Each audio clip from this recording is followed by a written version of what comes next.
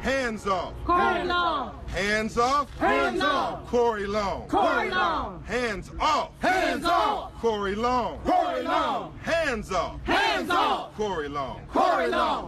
There was a news conference yesterday in Charlottesville led by Malik Shabazz, leader of the Black Lawyers for Justice, calling for accountability for the countless number of people hurt during the Charlottesville violence. The National Network of Black Lawyers for Justice are now banding together to launch their own investigation into the violence at the statue of Robert E. Lee in Charlottesville, Virginia last month. The attorneys are also planning to file a civil and human rights lawsuit against the city. Joining us right now is Malik Shabazz, president of the National Black Lawyers for Justice. And so here's what's interesting. Shaun King has been tweeting this.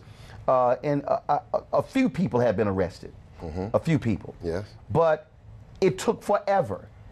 Now, we saw when they took down the statue in North Carolina, they were arrested folks within 24 hours. And you still have a number of individuals who are still at large.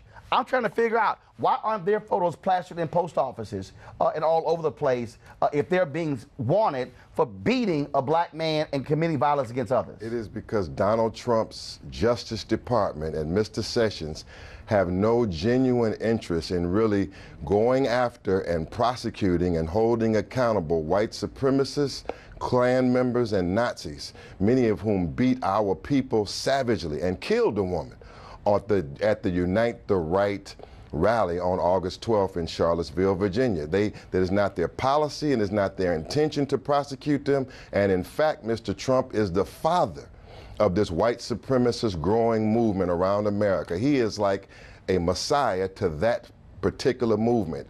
And so, of course, we don't expect him to go after them. And we do lawyers, know that those groups, when he made his initial Charlottesville comment, praised his comments with his nice people on both sides sort of argument. But also, the FBI has said that these domestic hate groups are more impactful on America than ISIS.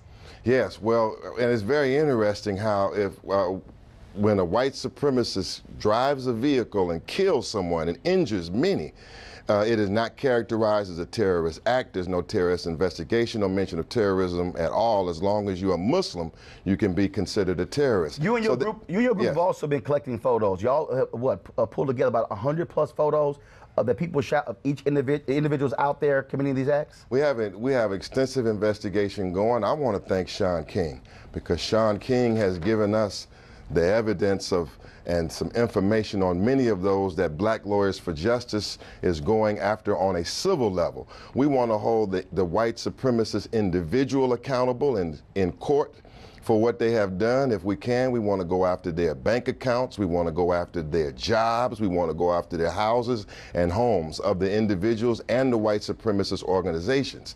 And that's the role of the black attorney in the spirit of Johnny L. Cochran at this day and time. We don't have a Justice Department that advocates for us, so we have to now take these matters into our own hand legally, and to be honest, as black men, otherwise, we have to defend ourselves against these attacks because there is no help coming from the White House. Shelley, go to my iPad, please. This is a tweet that Shaun sent out. 4 down, these 2 brutal men to go. $25,000 reward. These men are like ghosts, but I know someone knows them. We won't stop ever. And so these are the photos. These individuals, the cops, they cannot find them. They are in hiding, supposedly. And this is one of the photos that was taken of these individuals beating this brother in Charlottesville. And again, they have yet to be apprehended. And all of this is the information that we're helping to find them for our civil purposes, and if they're going to be prosecuted, then they should be prosecuted. So obviously it's on us to find out, because the attorney generals and the Justice Department is not, and they must be held accountable. But now here's Charlottesville here. The city of Charlottesville, we find out, may have been liable for deliberate indifference, for knowing in fact that these white supremacist groups were coming. They were armed, they had balloons full of bleach, they had bats, they had all sorts of weaponry, and they harmed people, and this was known in advance. And so what we're investigating and likely to prosecute on a civil level the city of Charlottesville for issuing what? Stand down orders, telling the police to stand by, because all of the witnesses that we interviewed personally in Charlottesville said that the police and the state troopers stood by and did nothing while the demonstrators and many of our people were beaten. Real quick, go ahead, Amber. My question for you is, so far, what has been some of your greatest barriers to moving this forward, these prosecutions forward? And then what do you need from community members, specifically black folks in Charlottesville and beyond, people across the nation, to help move this work forward? Thank you, very good question. We need the continuing cooperation of the residents of Charlottesville, and for those persons who were injured or who had guns and weapons pointed at them to step forward as we try to interview a list of potential plaintiffs for our upcoming legal actions. We're also investigating to see whether there is Klan influence inside of the Charlottesville Police Department.